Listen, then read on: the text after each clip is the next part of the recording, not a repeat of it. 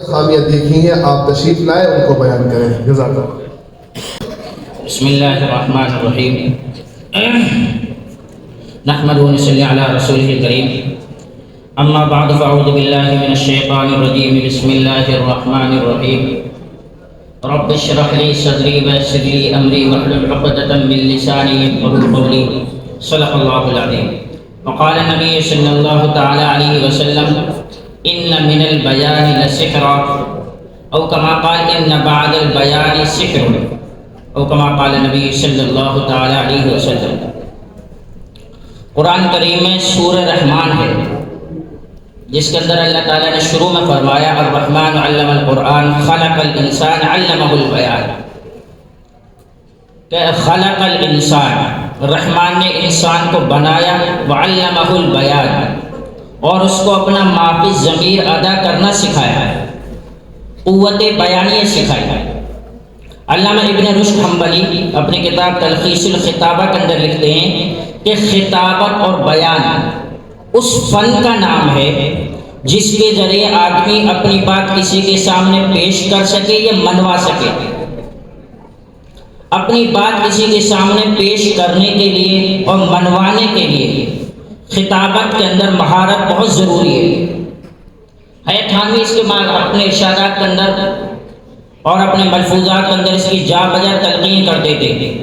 کہا کرتے تھے کہ وعظ و نصیحت اس کا جو فائدہ ہے، تقریر کا جو فائدہ ہے وہ عام ہے اور تحریر کا فائدہ خاص ہے. فرمایا کہ انبیاء علیہ السلام کا جو منصب تھا اور کار نبوت تھا وہ یہی تھا، ارشاد و تلقین. اور لہذا علماء کو اس فن کے اندر مہارت پیدا کرنی چاہیے. اللہ کے نبی کے لیے بھی ہے یا رسول بلغ ما انزل الیک من ربک، اے رسول، اے نبی، بلغ ما انزل الیک من ربک، تبلیغ کر ما انزل الیک من ربک کی، یعنی رب کی طرف سے تیرے پہ جو اترا ہے اس کی تبلیغ کر. اور تبلیغ کے لیے ضروری ہے آدمی کے اندر فصاحت لسانی، طلاقت لسانی. اور یہ ایک ایسا معجزہ ہے، نعمت مترقبہ ہے، اللہ تعالیٰ کی نعمت عظمیٰ ہے کہ اس کی بنا پر اللہ تبارک و تعالیٰ نے ایک نبی کو نبوت عطا فرمائی. اے موسیٰ علیہ السلام ہے، اللہ تبارک و تعالیٰ نے ان کی زبان کے اندر طبعی طور پر لکنت رکھی. وہ طبعی جو بھی امر رہا ہو اس کا کچھ واقعات ہیں مفسرین کرام نے لکھے ہیں لیکن اس میں نہیں جانا ہے. بہرکیف ان کی زبان میں لکنت تھی جس کی انہوں نے دعا بھی کری، وَاحْلُلْ عُقْدَةً مِّن لِّسَانِي، الہی میری زبان کی جو بستگی ہے، جو لکنت ہے اس میں گرائے اس کو کھول دے. لیکن جب اللہ تبارک و تعالیٰ نے حضرت موسیٰ علیہ السلام کو نبوت کے لیے بھیجا، کار نبوت کے لیے کہ فرعون کو دعوت و تبلیغ کرنی ہے، اس کو سمجھانا ہے، فَقُولَا لَهُ قَوْلًا لَّيِّنًا لَّعَلَّهُ يَتَذَكَّرُ أَوْ يَخْشَىٰ، جا کے سمجھاؤ اسے. تو حضرت موسیٰ نے اس موقع پر دعا کری، وَأَخِي هَارُونُ هُوَ أَفْصَحُ مِنِّي لِسَانًا، الہی میرا بھائی ہارون افصح منی لسانا، مجھ سے زیادہ فصیح اللسان ہے، اس کی زبان مجھ سے زیادہ روا ہے، اچھا بولتا ہے، تیز چلتی ہے. اور لہذا طلاقت لسانی اور اس کی بنا پر آدمی اپنی بات دوسرے کے سامنے اچھی طریقے سے رکھ سکتا ہے. فَأَرْسِلْهُ مَعِيَ رِدْءً يُصَدِّقُنِي، لہذا اس کو میرے ساتھ ردءً مددگار بنا کر، میرے ساتھ رسول بنا کر مبعوث کر دے. کیوں؟ صرف ایک فن کی وجہ سے کہ اس کی زبان مجھ سے زیادہ روا ہے اور مجھ سے زیادہ فصیح اللسان ہے.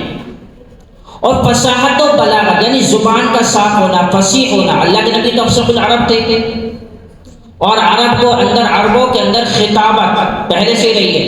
وہ اپنے آگے کسی کو نہیں کہا کرتے، مانا کرتے، اسی وجہ سے تو وہ سب کو عجمی کہتے ہیں، عاجم کہتے ہیں، گونگے بہرے.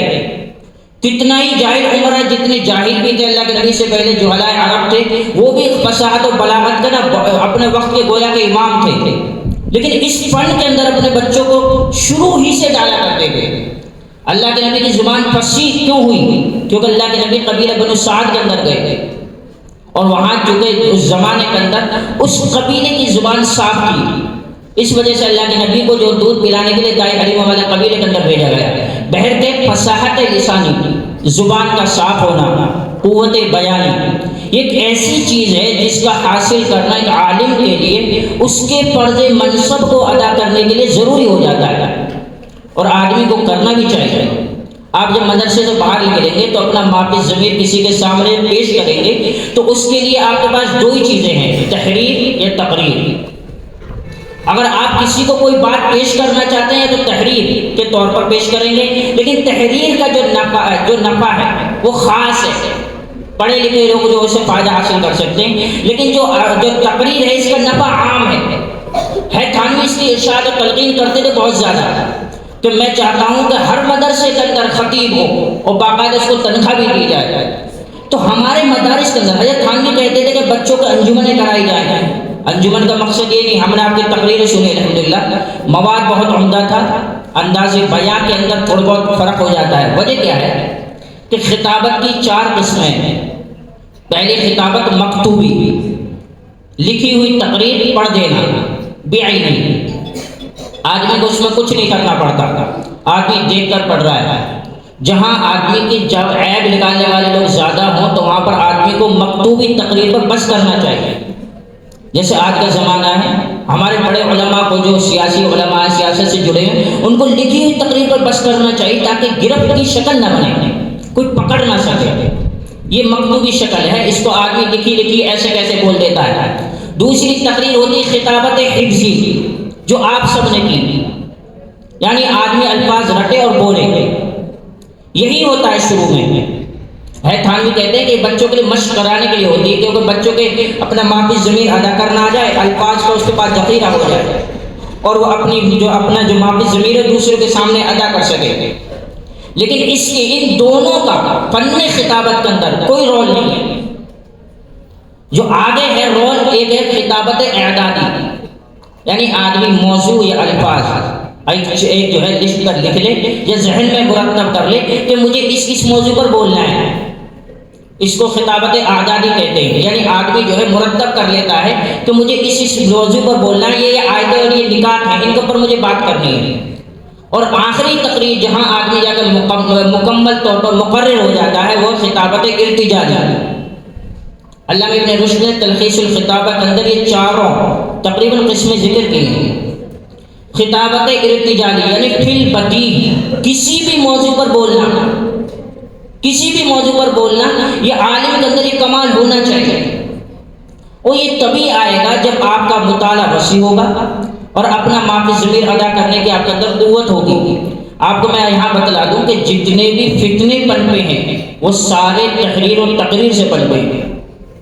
تحریر اور تقریر کے جتنے شناور شہسوار ہوئے ہیں ان سب نے فتنے کو گل کھلائے ہیں۔ مودودی فتنہ ہے صرف اور صرف تحریر کی وجہ سے پنپا ہے، کیونکہ مودودی کی تحریر کے اندر جادو تھا، لوگ اس کو پڑھتے ہیں اور وہ اپنا ماپی ضمیر لوگوں سے بات منوانا، اس کے سامنے اچھی طرح پیش کرنا، یہ اس کے اندر ملکہ حاصل تھا۔ اللہ کے نبی کے پاس ایک وقت آیا قبیلہ بنو تمیم کا، جس کے اندر ذکر خان بن بدر اور حضرت عاصم قیس بن عاصم وغیرہ تھے۔ انہوں نے آپس میں بحث و مباحثہ ہوا اور بحث و مباحثے کے اندر انہوں نے دونوں طرف سے دلیلیں دی، ایک دوسرے کو جھٹلایا۔ تو اللہ کے نبی نے مسلم شریف کی روایت ہے، اللہ کے نبی نے اس موقع پر فرمایا ان من البیان لسحرا، کہ بیان میں واقعی جادو ہوتا ہے۔ آدمی اگر ماپی ضمیر ادا کرنا جانتا ہو تو صحیح معنی کے اندر آدمی اپنے اس پر جادو کر سکتا ہے۔ کتنی بڑی بڑی شخصیات ہیں، مولانا ابوالکلام آزاد جو فی البدی تقریر کرتے تھے، خطابت ارتجالی کے اندر مہارت تھی ان کو، ایسے مولانا عطا اللہ شاہ بخاری صاحب۔ آج کے جتنے تقریباً علماء ہیں وہ تقریباً خطابت ارتجالی فی البدی تقریر کرتے ہیں، پہلے سے رٹ کر نہیں آتے۔ لہذا آپ سب کو مہارت پیدا کرنے کے لیے مطالعے میں وسعت پیدا کرنی ہے، اور پھر اس کے ساتھ ساتھ خطابت ارتجالی تک پہنچنے کے لیے خطابت حفظی اور اعدادی سے گزرنا ہے۔ ماشاءاللہ میں نے تقریریں بہت سنی اور تقریروں کے اندر مواد بہت عمدہ پایا ہے۔ بعض تقریریں بہت حیرت انگیز اور رقت آمیز تھیں، بعض تقریروں سے تو گویا کہ دل کے رونگٹے بھی کھڑے ہو گئے، جسم کے اندر خون بھی دوڑا۔ جیسے آدمی آتا ہے وہ آدمی جب آدمی تقریروں سے آدمی کو مشہور ہو جاتا ہے، بعض دفعہ ایسا بھی ہوتا ہے، اللہ تبارک و تعالیٰ بازی رکھتا ہے، مواد کے اوپر فرق پڑتا ہے، لیکن آدمی کے اندر جو چیز ہے نا تقریر کے لیے، تقریر 3 چیزوں کا نام ہے۔ ایک یہ ہے کہ آدمی کے چہرے کے تاثرات، آدمی کے چہرے پہ جو تاثر جو بیان کر رہا ہے وہ چہرے پر دکھنا چاہیے۔ اللہ کے نبی جب تقریر کرتے تھے، جابر بن عبداللہ کی روایت ہے مسلم شریف میں کہ اللہ کے نبی جب تقریر کرتے تھے چہرہ سرخ ہو جاتا تھا، اور چہرہ سرخ ہو جاتا تھا، ایسا لگتا تھا جیسے سامنے والے سے کہہ رہے ہیں کہ ایک لشکر حملہ کرنے والا ہے۔ اور اگر آپ جو ہے عذاب پر تقریر کر رہے ہیں تو آپ کا چہرہ اور لہجہ ایسے ہی ہونا چاہیے،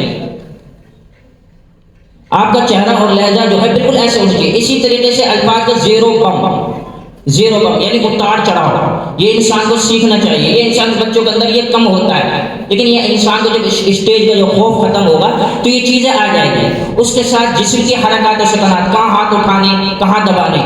مثلا اللہ کے نبی بعض دفعہ کہتے تھے جیسے اللہم اشہد، اے اللہ گواہی دے رہے تو انگلی کر دیتے۔ اب جیسے حدیث میں اللہ کے نبی نے فرمایا انا وقافل الیتیم فی الجنت ہاکذا، اب وہ اشارے سے سمجھا رہے میں اور کفیل کے یتیم کی کفالت کرنے والے جنت میں ایسے ہوں گے۔ تو ہاتھ کہاں اٹھانے، جسم کہاں چلنا ہے، یہ حرکات و سکنات انسان کو سیکھنے سے ملتی ہے، اور سیکھے جائیں گے جب آدمی اسٹیج پر جا کر بولے گا۔ بہرکیف آپ سب لوگوں نے عمدہ کارکردگی پیش کی، مجموعی طور پر کارکردگی بہت بہتر رہی۔ اللہ تبارک و تعالیٰ اس کو قبول فرمائے، آپ سب کو دین کا داعی شیدائی رکھوالا بنائے، دین متین کی خدمت کو قبول فرمائے۔ میں نے اپنے جو تاثرات ہیں وہ تحریری طور پر اسی میں پیش کر دیے ہیں اس کے اندر۔ بس بعد میں ایک بات مجھے یہ کہنی ہے کہ ہمارے مدارس کے اندر طلباء کے اندر عام طور پر ایک چیز بہت زیادہ پائی جاتی ہے، وقت تو بہت کم ہے، کہ یہ ہوتا ہے کہ جب آدمی جو کسی مدرسے سے پڑھ کر پھر محنت اور مکھن بن کر کے کسی دوسرے مدرسے کے لیے نکلتا ہے تو پھر اساتذہ سے مشورہ نہیں کرتا۔ میں یہاں بہت اس سے کہہ دیتا ہوں، ہمارے مولانا اشرف علی تھانوی تھے، حضرت تھانوی کیسے بنے؟ حضرت تھانوی بنے مولانا یعقوب احمد نانوتوی کی دعا سے، کیونکہ دارالعلوم دیوبند کے اندر شروع میں دورہ نہیں تھا، بعد میں دورہ کھلا، مولانا یعقوب نانوتوی پڑھایا کرتے تھے، تو دورہ جو تھا وہ گنگوہ کا مشہور تھا، گنگوہ میں مولانا رشید احمد گنگوہی دورہ پڑھایا کرتے تھے، تو لوگ وہاں جایا کرتے تھے۔ تو حضرت تھانوی کے جب دورے کی سال آئی تو حضرت تھانوی نے کہہ دیا مجھے جانا وہاں اچھا نہیں لگتا، کیونکہ میں نے پوری 11 سال یا 7-8 سال جو ہے مولانا یعقوب صاحب سے پڑھا ہے، اب میں آخری سال وہاں جاؤں تو استاد کا دل دکھے گا۔ چنانچہ حضرت تھانوی فرماتے تھے کہ مولانا یعقوب کا ساتھ پاس رہا میں، اور اس کی بنا پر اللہ تبارک و تعالیٰ نے مجھے اپنے ساتھی سے آگے رکھا۔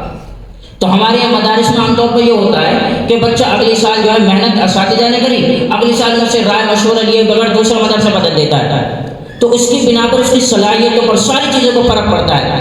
ہمیں ہر چیز پر جو ہے قدم قدم کو جو ہے پھونک کر رکھنے کی وہ کرنی چاہیے، ضرورت بھی ہے، اور اپنے اساتذہ سے مشورہ بھی کرنا چاہیے۔ کارکردگی میں نے جو ہے تاثرات اس میں پیش کر دیے ہیں، ہمارے تعالیٰ کہنے سننے سے عمل کی توفیق عطا فرمائے۔ وما علینا الا البلاغ، وآخر دعوانا الحمدللہ رب العالمین۔